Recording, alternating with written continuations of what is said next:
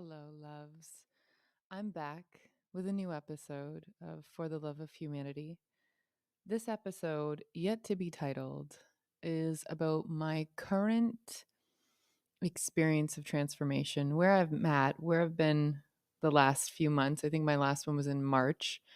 Um, and just to give you a brief rundown of how I've been experiencing transformation. And hopefully, if any of you are experiencing transformation and wondering, is there any more left? When will this end? What is this? What does this look like? Is this forever? Perhaps this can shed some light on it because we are all leading ourselves through this transformation. And sure, there are books that can help, there are people that can help, there are professionals that can help, there are family and friends that can help, tools, practices, all of this that can help, but it needs to resonate with you. You're ultimately the one leading yourself through it. So, yeah, it's your journey, it's your individual journey. And as cliche as that may sound, it is what it is, right? So I've been in the fold of like unraveling and healing at hyper speed, I would say. So since March, like just as some would call it quantum leaping, as some would call it alchemizing, healing core wounds, um, being here for the whole full somatic, mental, emotional, energetic experience of my life.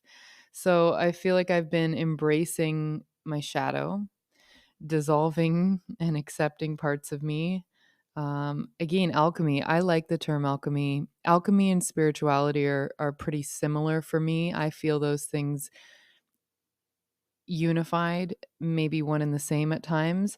And so I have been alchemizing the parts of me or the experiences that I've had that aren't actually really me at my core, belief systems, um, my core wounds, things like that, that really aren't who I am in totality. I've been excavating and revealing more of what it feels like to be in commune or commune or in union with my soul, my spirit. And I I don't know if it's come through in earlier episodes, but I'm a fairly spiritual person, arguably not necessarily religious, but spiritual. And I feel like we're all connected to those aspects. It's like the inner world, right? It's to me, spiritual is the unseen, but it's also the vantage that's more divine than profane, more principled and valued and devoted than the sort of mundane aspects that are a little more crass in their experience. So I feel like spirituality and alchemy are quite intertwined. And this process has been an excavation process, like mining for gold, panning for gold, and then also bringing up stuff from the basement and refining it into gold. So turning lead into gold, that's the whole experience of alchemy. So really burning it up, refining process, really revealing what is truth, revealing what is a constant, revealing what is deeply part of me and part of the human archetypal experience, versus what's the fanfare of the day, what's the personality aspects that have been developed for good and, that have been constraining. So I had thought I'd done a lot of work. I thought I'd done a lot of self accepting. And excuse me, it's also ASMR. I'm drinking a tea. I'd worked with many wonderful people along my way, many spiritual guides, coaches, mentors, somatic healing therapists, various different people. And it's interesting because some of them would have a specific tone when they talked about, self acceptance, almost to the point where they could see and intuit energetically when you've hit your bottom, almost like when you hit that mother of all taproot core wound. And for me, as I come to look at it and understand in hindsight, I recognize it as the core wound, similar to if you've read Gay Hendricks' Upper Limits. I love that book. Um, no, it's called The Big Leap, and it talks about upper limits. But he talks about these core wounds, and there's sort of the taproot seed point of of all other wounds you sort of accumulate, or it's the thing that influences all the insecurities, or the is behind all of the ways in which we try to cover up and not look at the thing directly. And so I would talk to various healers, different people, and they'd really discuss this idea of like, yeah, you need to get to the core wound. Like, you can relive and look at and rehash all the dramatic moments in life and all the experiences. And oh my gosh, it's been revealed to me that I must believe this because this is the way I've been acting in accordance with. And then you get to like the deep one, like the big sort of Bertha one. And I feel like for many people, it's probably a similar thing, if not the same thing. I'm not looking to make bold, sweeping statements. So that's why I'll say it and then I back off it a little bit because, again, this is, everybody's on their own individual journey. And I'm just sharing in the event that it gives some camaraderie or some compassion or some, condolences or something that helps people feel a little more connected to the fact that this is an archetypal journey of unraveling that many of us go through once we become aware of it. And that there are some guideposts or pit stops along the way that we can all kind of attest to. Oh, yeah, that feels like the same thing. So for me, I kept thinking there's this dark night of the soul. And then I realized that there could be multiple dark night of the souls where you kind of get pulled under and things are very confusing and you don't necessarily see clearly. And you're processing a lot of pain and you might attribute that pain to current circumstances. But the more you sit with it and allow it space and you detach from the actual experience as it's happening, you start to see the pattern behind it and you see how it's connected to past pains and other pains and deeper pains. And so for me, I felt comfortable allowing my mind to go on that journey, but I didn't necessarily process the emotions in a somatic way at the same time. Like, I understood I was meant to, and I understood I should, and I tried to in many ways. And in many ways, I thought I was. Um, and I was, but coming to the deep one, as I said, the big Bertha of all, like the deep, deep one, the deep one that the shame is just like interwoven with, came a little bit more for me between the months of March and August of this year. Pardon me for a sip. So, as I said, I thought I'd done lots of self acceptance. I thought I'd done lots of the work, but I came to this taproot, this core wound, this acceptance of a certain aspect of myself. And that aspect was ultimate rejection, like self-rejection. And the more I sat with that, and that like, I have a reverence for myself because for so long there was a shame associated with that. And it wasn't until I let go of the grip of the shame that I was able to even fathom, talking about it in a real way, talking about it through this avenue on this podcast. Like, for me, looking at it, it's a weird thing to admit, like, I had a deep rejection of self aspect within me. Like, I had a wound of self-rejection. And, some people may be able to intuit that when they see others. They might be able to feel that in others. But for me, I felt as though I'd done a pretty good job of masking it. And so there was a lot of shame around this rejection wound where you reject your own self-validity. You almost you s- I came to it really when I was writing through and journaling over and over and over again and just like letting it flow and then sitting back and not contracting around it. And what I'd come to was that we can center something. We're centering this, we're centering that, we're centering our experience on this um, self-centeredness, whatever, however you see centering. I had centered myself as the problem. And wasn't fully looking at the fact that I had centered myself as the problem. It seemed like a hazy thing that I didn't really know. And to be honest, self-development and self-help work has been like a passion, if not obsession, for a long time because I knew things needed to change. I knew I didn't like the way I was feeling. I was experiencing seasons of depression. They would come on mostly in the winter, and then they would come on at other points. I was experiencing anxiety and breakdown, usually coming around this time of year, actually, the time I'm recording this, usually around September. And it's interesting to live a few cycles of that in a conscious way. So, probably experiencing it unconsciously and avoiding it for many seasons, then experiencing it very consciously, and then not really knowing how to change it, experiencing it consciously while attempting to change it, and now experiencing the season again without the pull into anxiety and depression. So I'd like to say that there is hope. You get to become bigger than the emotions that you're identifying with and the feelings, and even things that feel like permanent emotions and permanent feeling states. There is hope to feel differently about them and feel differently with them. Like, what I'm saying is, you don't feel like you're within them. And now this is again my experience, but if that helps someone hearing that, they feel as though they're drowning in depression or anxiety, I know what that's like in my own way. And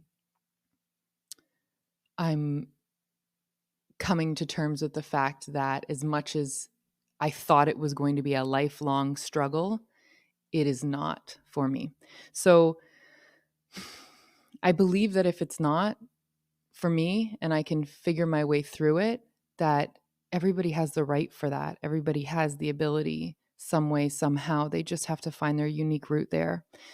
And so looking at this core wound of self-rejection was so interesting because it was, as I said, I centered myself as the problem without knowing it. So I'm going to go into examples in other avenues on other social media things. This has actually become something that I want to do a masterclass on, like a series of lives or some sort of masterclass that where I go into this deeper, but where I started to come to terms with what did that mean when I centered myself as the problem, and what did it mean for all the other areas of life. Given that this was such a core wound, it meant that a lot of my personal habits, my identity, my belief systems, the way I responded to people, the defenses I had set up, the air quotes boundaries, but were defenses, were stemming from or interacting with or colored, toned by that core belief that I was the problem, that I was somehow problematic. And with all the spiritual work I've done and all the core belief system work I've done, and looking at architecting, and designing my world, like my internal world, the world through which I view the external world, I've been working so much on developing that and bringing awareness to shadow parts of it and understanding where I've had belief systems that don't help me and that they've been hurting me, and are they even based in truth? I've come to look at this core one of me being the problem, and I know consciously that that's not the case. Like, I understand that we can experience problems. I understand that we can experience parts of our personality and habits that are inherently challenging and can be perceived as problematic and can create problems and challenges. But inherently, clean slate, think about when we're brought into this world as a baby, we're not problematic. So, knowing this, I knew that these were adaptations as opposed to core parts of being a human being, right? And if I think about, like, my whole work is around evolution, ascension, expansion, growing into different and better versions of ourselves. And I don't say better in the crass way of like just assuming get better. Like, it's not that. It's that I want to feel something more expansive. I know it's out there. I want to feel happy more of the time. I know it's out there. I want to feel fulfilled and satisfied more of the time, while also not negating the fact that sometimes there will be temporary feelings where that doesn't feel congruent. Accepting of all that, there has to be the ability for a human being to feel safe and at home in their body, regardless of the external circumstance. There has to be, we wouldn't be existing, like our species wouldn't exist. We would be internally killing ourselves off if we literally were not in a growth focused, evolution focused, like I'm here to live, like the impulse to thrive is proof enough for me that we're meant to be thriving emotionally, mentally, physically. And when we step back and start evaluating and looking at and having a lot of love and acceptance, and like, I am bigger than whatever I'm seeing that I don't like in this moment. So help me see it clearly. Like, when we can look from that perspective and that vantage, we get to see how a lot of this experience of tension, frustration, problem is layered on through perspective, through habits, through it's the additives to the human experience. It's not the base bare note of what it means to be human. So looking through that, understanding this acceptance of the rejection wound that I carried so deep, me as problem, led to like self-esteem stuff. It led to perfectionism. Like, if I can, like, I didn't even really understand perfectionism, and now when I look at it, it's like, oh, it makes so much sense. Like, it's a masking impulse so that it doesn't appear as though I'm actually ultimately duplicitous in my own self, pointing the finger at myself and my own self inside in a way that is withholding of love for myself. And sometimes this is because this is what we were modeled as children, in the different areas that we got socialized: family, friends, school, media, media including television, media including the stories we hear, media, religion. Like, there's all these different avenues in which we can take in this information that, we, when we're getting in trouble, when we're told something is wrong, that's not the moment we're feeling love from whatever the party is that's telling us we're doing something wrong. And I think we are adapting creatures, and we sometimes adapt these behaviors so that when we are feeling like something is wrong, we can choke out our own love for ourselves. We can sort of turn that tap off, and we learn not to give ourselves the love and the grace in the moment that we feel something's wrong, because that was the pattern that it was, emulated to us over and over again, that we've internalized. And so I want to suggest that if you're looking at one of these wounds, like doubling, tripling, quadrupling up on the self-love, and that for me was a practice in itself. I didn't even know how to do that in the beginning. I didn't know how to do that in a way that felt real. Like, I could fake it, or I could like add it on, or I could think about times when I was there for myself, but slowly and slowly I built it up. It's kind of like, the equivalent to when they say come into your internal landscape, and it might feel barren. It might feel barren as a cave at first, but the more time you spend in your internal landscape, you will create a lush garden or a jungle or whatever your ideal, beautiful, at home space is. And I've developed mine from, a dark cave to a dry desert to finally this lush jungle place with water and plants. And it's the most comforting place to me. And it's the most forgiving place to me. And it is the place I come to reparent. And it is the place I come to partner with myself when I come to meet a challenge and I feel a little like I'm falling back into the ways of blaming myself or looking at myself as the problem instead of just looking at the problem.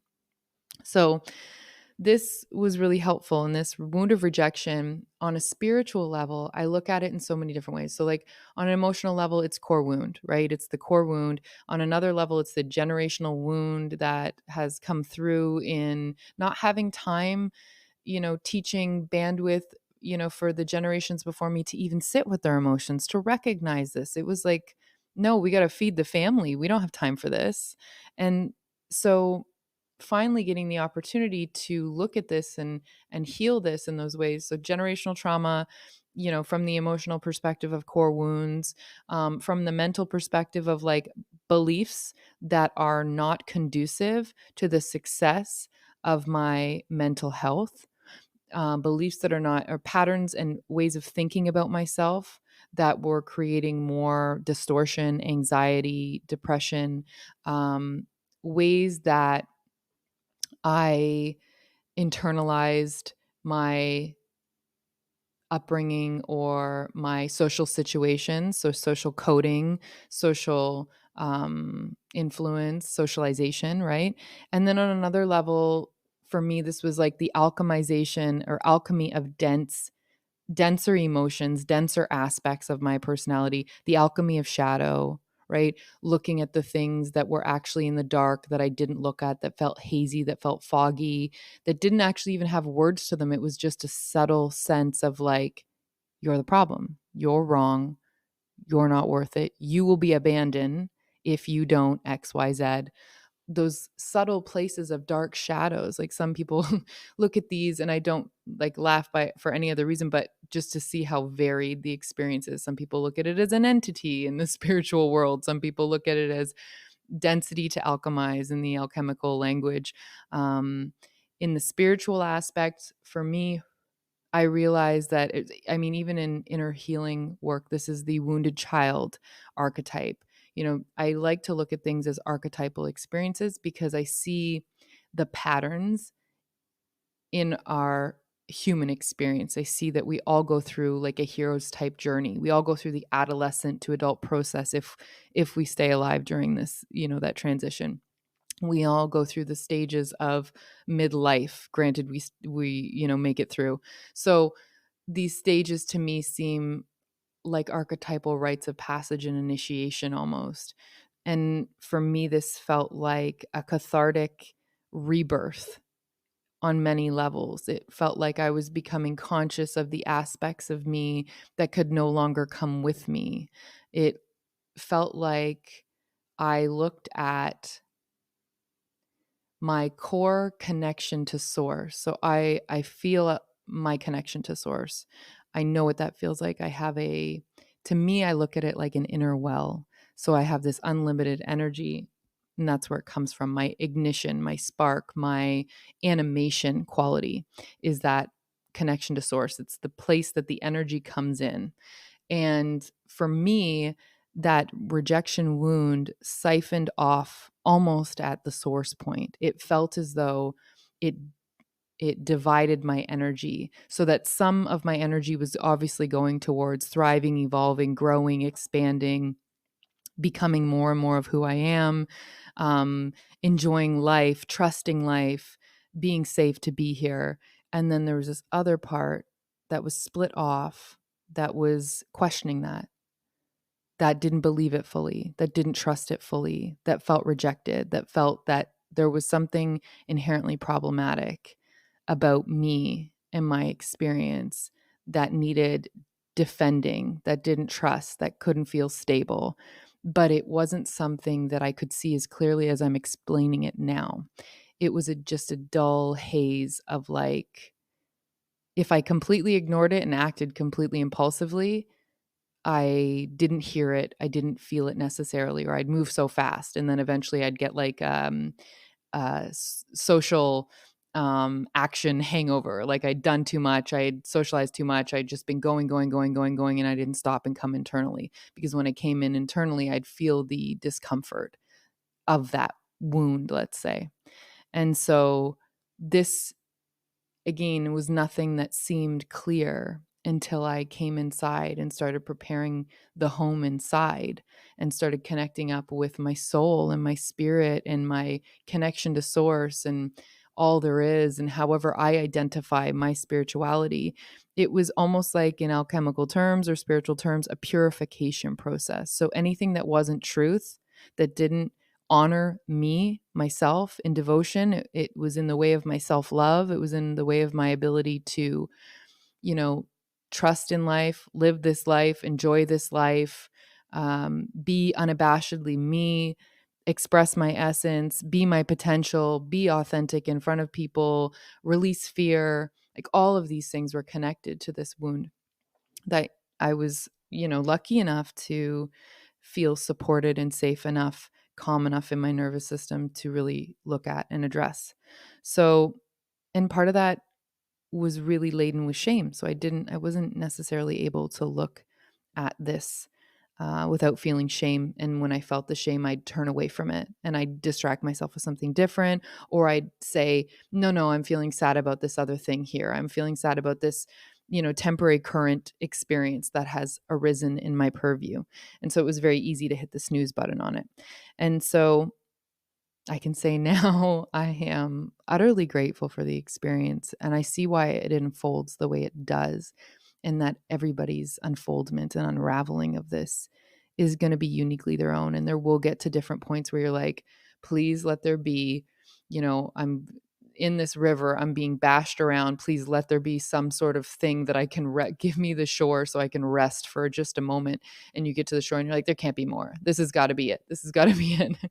And to find the next basin was like, oh, okay, I see this one. And it's funny because I continuously kept feeling like, no, there's a plateau. Like there's a point where you get to feel like, I'm not saying that things will be perfect by any means, but there's a solidity, there's a self unification. You are no longer siphoning off the vital life force energy and spending it somewhere that's duplicitous, that's not towards your happiness and your aim and your reason for being here. And the typical response that I would get would be, yeah, you're always going to experience ups and downs though. Like, yeah, but my what I'm talking about doesn't feel like that. That's not what it feels like. So I had to experience it myself internally to understand that, oh, no, I know. My intuition knew all along there was a safe spot that I was coming to and I was acclimatizing to, and that I was preparing and purifying. And the internal belief systems, narratives, wounds, that's not my home. And they're not always going to be there. And sure, some may come up, but these core ones, for sure, that I've had a chance to look at, do not feel like they hold power over me the same way. I'm not going to say that there aren't moments where that area is like sort of tickled or roused up. And, I don't think, oh, isn't that interesting? Because that's where I would have blamed myself for that thing.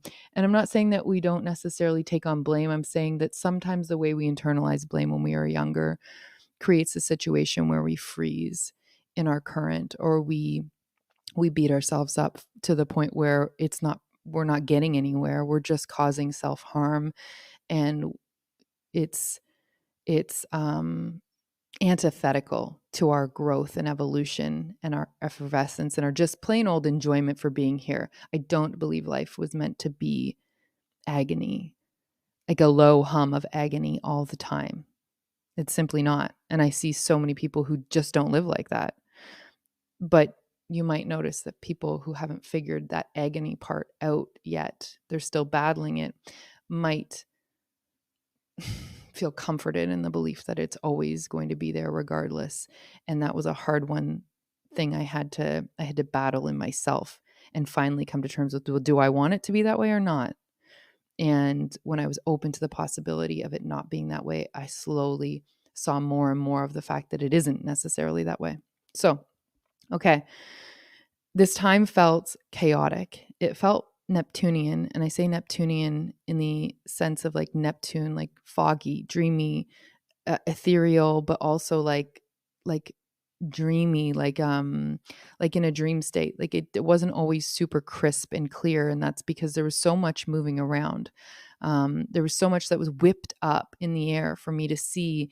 And if I was quick to draw conclusions like I normally, my Capricorn sun, placement wants, I probably would have labeled things and created more structure from a false foundation than if I could just allow it to all be thrown up and whisked up and left for like sort of whipped up and purified in the fire, so to speak.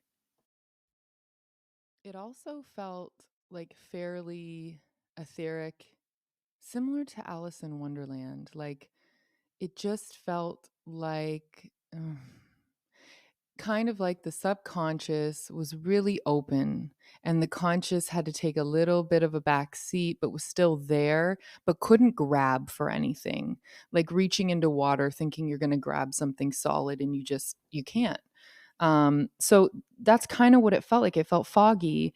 It felt um, cathartic. It felt like a devotional time. It felt sensitive. It felt raw. Like some of my deepest defenses came up for me to be seen, like for me to see the ways in which I kept people at a bit of a distance, the defensive strategies I used, even though I thought it was kindness, politeness, the ways that I hid myself a little bit, the ways, and some of these things like still work, but in the context of boundaries. So it's not like I'm faulting myself for these things, but when you start to understand the internal taste of something, like the vibration, the feeling, this is why I am so into feeling your energy and understanding your energy and what it feels like in all the different moments. Like when somebody says, "What's your energetic signature?" It's not like you get one note almost. Like it's like feeling yourself through multiple different experiences, multiple different feelings, multiple different settings, scenarios, feeling yourself in various internal landscapes to know, oh, okay, this is, my higher mind, my lower mind, my ego, my higher self, my divine self, however you want to term it, but starting to learn the various archetypes within you and starting to feel that fine line between, am I saying no to this social event because it's literally a boundary? Am I saying no to it because checking with my human design, my sacral says hell no? Um, Feeling into what do I have the energy for? Do I even have the energy for this? I'm feeling like I'm so tired and I just want to go to bed. Or am I feeling fearful that I'll get into conversations that I don't enjoy and I won't know how to get out of them? Am I being fearful that if pushed in a certain way, I might, be snippy or sarcastic or shitty? Am I, feeling like I don't want to do this social engagement and interaction because I just simply don't want to give my energy to people right now and I'm feeling resentful, like I've given too much? Am I not wanting to do this thing because I'm just fearful of being around people? Am I not wanting to do this thing because when I'm finished a social interaction, I ruminate over the things I said and that the other person said as well? Am I judging other people and how they act and how they talk about other people and thinking, oh, well, if they say it about them, they're saying it about me? Like, am I feeling like this social interaction is going to be something I regret doing? Am I, if I go through with this social interaction, am I going to want to numb out or, not be here fully or just sort of hover above the experience? Am I going to get into this social interaction, have some drinks to not be in it fully, feel like crap the next day, and then blame myself for the whole thing? And I just can't go through a cycle of blaming myself in the ways that I have been. And as I said, it's not necessarily about not blaming self. It's just the way we blame self and the way we've been taught to blame self, the way we've been taught to withhold love when we're in trouble or when we're experiencing a negative consequence. Like consequences are what they are. There's a cause and effect to everything. But if we utterly destroy ourselves with our inner narrative because we're experiencing something that doesn't feel good, how are we, like, how is that living? How is that life? How do you, I like enjoying being in my body. I like enjoying being in my experiences. I really like enjoying being me. And I didn't realize that I had this narrative that was cutting that supply of feel good energy off from myself in in a harshness that existed internally. So asking yourself, knowing that fine line between, no, I just don't have the energy for this thing. It's not stemming from, and even if it is stemming from any one of those things that I listed, that's all okay. It's all okay, but is it sustainable to continue anticipating social events, any type of event, work output, any energetic output, anything? Is it sustainable if we don't look at those things and address it? And this is where people saying, your triggers are valuable. They're so valuable. They're your opportunities to mine for gold. Your triggers are always opportunities, right? And I get it. I used to get it on a conceptual level, and I'd be like, sure, fine, show me what it is. What's the message? Like, what do I want to see here? Almost with some like trepidation and some resentment. And now it's almost like, because I have this feeling of like, I got you, and it's not necessarily like I need to say that anymore. For a while I did. For a while I did have to remind myself that I had myself, because for a long time I just experienced the feeling of not having myself. So feeling my way through an experience and walking through it, like, solutions are at hand here. And there's, in my life and in your life, there's going to be many areas where you can do this no problem with your eyes closed. It's really the areas that cause you the most friction that are avoided, that I would say sort of fly under the radar, the ones we don't want to look at. And that's where the gold is, because man, if those things weren't, hurdles or blockades to us, we'd be moving differently in the world. So I found it very cathartic. I found it sensitive. As I said, my deepest defenses were shown to me, even my defenses around ghosting and pulling shoot. And like, in some aspects, leaving something that doesn't feel right for you is a really good thing. But if it's a pattern of ghosting because I'm avoiding something else internally, it was something I wanted to look at. Like, no stone unturned internally. I really did do the deep, deep work. And when it got deeper and deeper, I had no choice but to accept, because if I didn't accept, like, I mean, you're getting closer and closer and closer to these wounds, like these little volcanoes, these sore spots, these raw spots. And if you continue to be self defaming while you go there, it just shuts down. You don't get access. And your energy starts shutting down. Like, the feminine in me was not giving me the energy to do the things that I wanted to do, not while I was going at it in the way I used to. I could no longer force. I could no longer take an overly aggressive masculine approach to anything. My body wasn't letting me, which is incredible. My body is a self-sustaining organism that was willing to tell me, we will not continue operating like this. This is what leads to burnout. There's something you really need to see here. And I'm so grateful for that wisdom, for that, yeah, for that check engine light.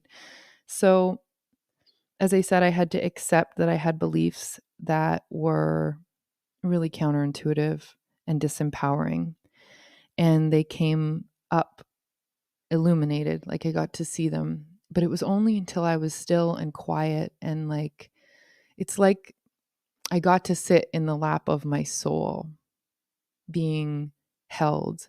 And if I was sensitive and quiet and respectful and reverent, I got to see the most tender, sad part of me that really just needed, it really needed that. It really needed that opportunity to be seen and loved and looked at. And it was tender and crazy. It was crazy making. It was a little scary at times, because as I got down to the root more and more, there was more things triggered in my external to like have me bring my attention to it, to look at it. Like, you can't not look at it. You have to look. You cannot look away anymore. You came all the way here. You didn't come this far to get this far, And so it was a devotion to show up and look. And I can tell you, journaling saved me so many times, because I got clarity through journaling. I got to release the first layer and the second layer and the third layer to finally see, oh, this is what I'm really feeling. My ego wanted to say it was because of this interaction with my partner, but really it's this deep thing that I'm not fulfilling in myself, but I didn't know how to fulfill it myself because I couldn't, because I was frozen around this pain because of the amount of shame I held connected to that pain that really wasn't even true, because I am inherently lovable and I'm not a problem and I'm a solution to many things. So, looking at all that, having it illuminate in front of me was crazy because I didn't know when it was going to end, and I couldn't feel stable enough to produce content in a way that felt like I could give it or I wanted to give it. I put a post up on my Instagram like maybe a month ago that was like, I don't want to show up here because I have to. I want to show up here because I want to. I want to show up in an energy of giving. I want to show up in an energy of contribution and service because that's what I want to do here. And I just felt so much respect for the internal process that was happening to me that I just it didn't unfold in the way of like sharing in the moment. Um, and it felt really childlike at times. I felt like, it felt like the time I took compared to like postpartum, like post birth. It felt like I just, when you take that time to nest, if any of you have had babies and you just don't necessarily feel like leaving right away, you want to nest, you want to ground down and ground in. And so that's what it felt like. Lots of integration, lots of dissolving, like seeing that naturally dissolved a lot of its edge, seeing it flooded me with compassion, and the bitterness and the fear and the anger and the anguish and the regret and the lack of forgiveness, like all of that started to melt. And it wasn't something I had to force or practice or do. It was so natural. It was so natural to have it melt away. And so there was a lot of detaching, a lot of surrender, a lot of healing and taking care of. And I have to say, I wouldn't edit this process. If I could do anything, something that I would say to me then would just be surrender more. If you think you're surrendering, surrender a little more, just soften into it as much as you can. Nurture and trust more. Allow your feminine to take the lead. Allow in temperance, grace, nurturance, like all the soft things, and just stay put. Let it happen. Let it roll over like waves. And in spiritual terms, this was a purification process. Like, give it up to the fire, and the fire will burn away everything that is made up, everything that is additive, all the scaffolding structure, all of the growth that is not for you or meant to be with you. So it felt very archetypal, like a rebirth, for sure, felt like a rebirth. And I see this as a healing, as I said, of generational trauma, of releasing old programs so that I could continue building new programs. So this is the other thing. I was building new programs, setting myself up, stacking habits, right? Atomic Habits, another great book. 10x is better than 2x. Like, I'm learning all this stuff and I'm implementing it. But then when it comes time to really implement it, there's this like a fear, or like I don't have the energy. I don't have my back. There was that feeling several times. And when I was starting my Instagram, my social media, my page, and for coaching and teaching and creating programs, like I was flooded with this creativity and these ideas, and then implementation was feeling really shaky. And so this took a lot of releasing of old programs, right down to the oldest program, which was the one I'd spoken about, of the self-rejection and shame. So, releasing old programs, releasing old systems of beliefs, releasing old ways of being socialized, um, which had a direct impact on my psyche, my identity, my perception, right? This was the alchemical process, the burning off, the purification, the mining for gold, the extraction. Like, I felt like I was excavating jewels at a certain point, like getting these gems of like, oh my goodness. So not only was I chipping away the stuff that wasn't me and revealing more of what was me, what was being revealed was just more jewel, more gem, like more precious, more wisdom. So with with every layer you excavate, you're learning so much more. You have so much more wisdom. There's so much more comfort and contentment. And then you start to really see yourself as grander than the process, grander than the experience. Great. You get to see more of yourself as bigger and bigger and bigger, in the sense that your life and what you're here for and what you're here to feel and what you can feel and your potential and all of that is so much more than you think it is, especially when the focus has been on the external or the focus has been centered around problem. And so I was dissolving all of these things that I had outgrown. And it was a rebirthing, And then I got to choose what I was programming back in, like programming in terms of even like affirmations. And it's wonderful that people suggest affirmations are a wonderful tool, but for me, they didn't work unless I could get behind them. So I used it to understand the process. And then I started to say, okay, well, what am I looking for more of? And what am I looking to support me? And what am I doubting right now that I want to really reinforce? And that's how I started to begin writing affirmations. And affirmations for me were just a practice of reframing my mind before I started my day. That was huge. Breath work daily, huge. I've been doing breath work every day. And in November, it will be a whole year, every single day. I meditate every day. I got into actually working out and moving my body, but I've tried this several times in my life. And I was like, this time I'm going to enjoy it. This time, the first and foremost is enjoying it, not the results, the enjoying it. And partnering with myself in that way has made it easy to continue the consistency. So I'm at like 12 weeks now of like, and for me, that's, I haven't really worked that long at it. I think once before I got married. But I feel like I've been making leaps in my experience. And it's based on a full wheel, like not just one area of my life. It's like a whole disc, like a wheel. If you imagine all of the areas of your life mapped out on a wheel, and it feels like everything is upgrading at once, not just one area, because it doesn't really work like that. Everything's interconnected. So whatever change you make is going to have a ripple or domino effect. And the change going to the deepest part of me, like, and there were as I said, there were many books that helped me through this. Currently reading The Artist's Way, Healing the Inner Work. There's been so many books that I've read, and I can put some on my Instagram page or in show notes. And there's been healers, intuitives, coaches, teachers, astrologers, people who um, have been able to tell me like, oh, this is the major, like you're Pluto square Pluto right now. No wonder this is happening.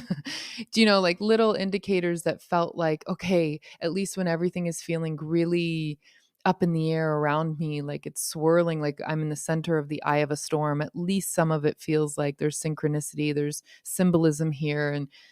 And every time I unclenched and was, you know, so silent enough and calm enough, there would always be some indication of where I was at. And every single time that I had like an emotional purging, processing, purification, whatever you want to call it, there was a levity that I experienced afterwards that I knew was possible to experience more consistently. There was always a rainbow, always sun, always, always, always.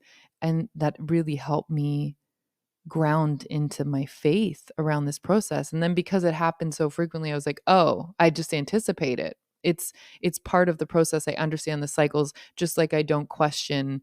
I live in Canada, so just like I don't question winter comes every year. It's a natural archetypal process, and I look to nature and I see these same things happening, and it has a very calming effect. It has like a, oh, okay, I can recognize where I am in the cycle.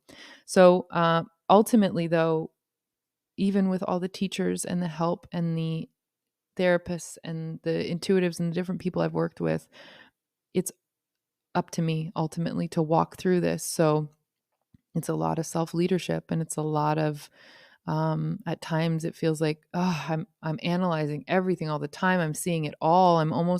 It feels like I'm getting more sensitive to the energy around me and to the things around me and to my external environment, to foods and to other people's emotions. And even though I think arguably I was probably very sensitive to people's emotions the whole time, um, but as you become more sensitive, you see more, and it's almost like a little bit of a system bombardment until you calibrate to that level of intuition and that level of emotional awareness. And then your emotional and energetic metabolism kicks in, and you can sort of process things on the go faster and faster. And I know I talked about this in previous episodes. And I think I'll probably do a whole episode on it because I just love the concept of relating it to an emotional metabolism. Like at some point, it takes a long time to digest certain emotional experiences. And then as we sort of heal internally, as we work on what's going on inside, we get the ability to metabolize at faster rates. We get the ability to really work through experiences quicker, because we're not necessarily bringing the baggage of the past or the programming of the past or the stories from the past or the unconscious ways we confine and constrict ourselves, like the way we keep ourselves in a bird cage, an etheric bird cage, a mental cage gets lifted, and we process through things a lot faster and we problem solve a lot faster. Like, think about something you do now that's very easy to you. Um, like being able to move through something that feels really tough right now, that stops you every time or that you avoid. Now imagine you had the same ease of the thing that you process very easily or quickly. Like it could be cooking a meal, right?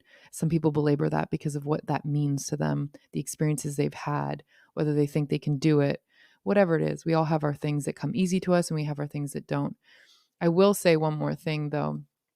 It was easy for me to white knuckle it through certain things. It was easy for me to clench my jaw, white knuckle it, and force myself through certain things. Like, just go, just be quiet and go, just do it. You can do it. You're going to do it. Just do it.